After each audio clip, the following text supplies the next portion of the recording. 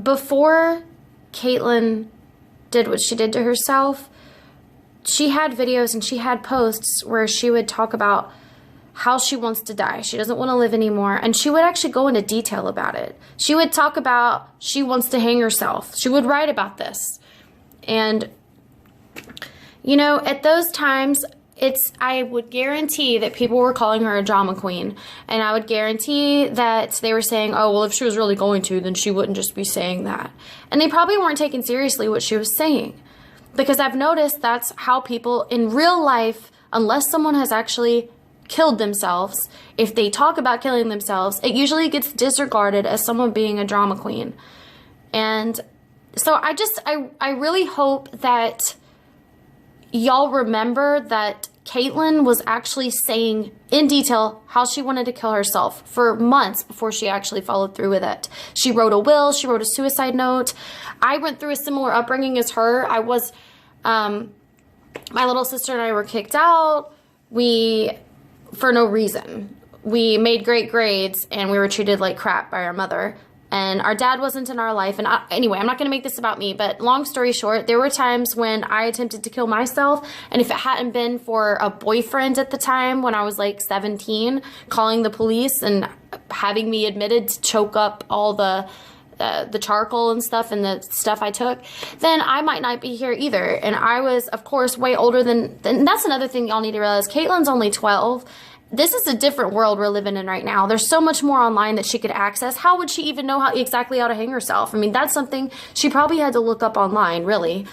So I just, you know, you need to start taking serious, instead of when you have, it's easy to talk about not bullying people and it's easy to talk about how you're there for others. But when you're truly in a position where you're encountering somebody who's speaking dramatically, who's saying they want to end their life, who seems like they're feeling sorry for themselves, who seems emo, who is only 12 or 13 or 14 or 15 or 28, who knows, and they're talking like this, that is a real chance to show your true colors, to show if you actually really do support people who are feeling suicidal.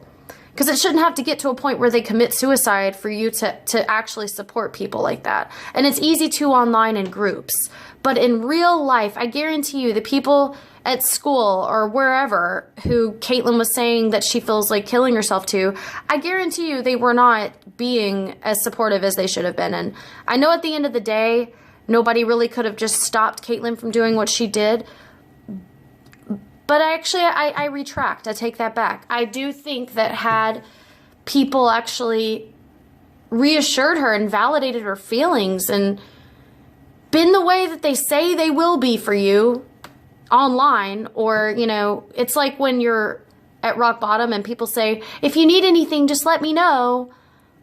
That almost kind of hurts, because it's like people who are really depressed and feel defeated, they don't want to have to feel like they have to let you know. They want to feel like you're thinking of them regardless. Like she, you can tell in all of her videos, felt like no one cared. She felt like she had to always be the one to reach out and beg for help. And when you're 12, or really when you're any age, but let alone when you're 12, you shouldn't have to be in the position to be screaming for help. People should want to help you on their own.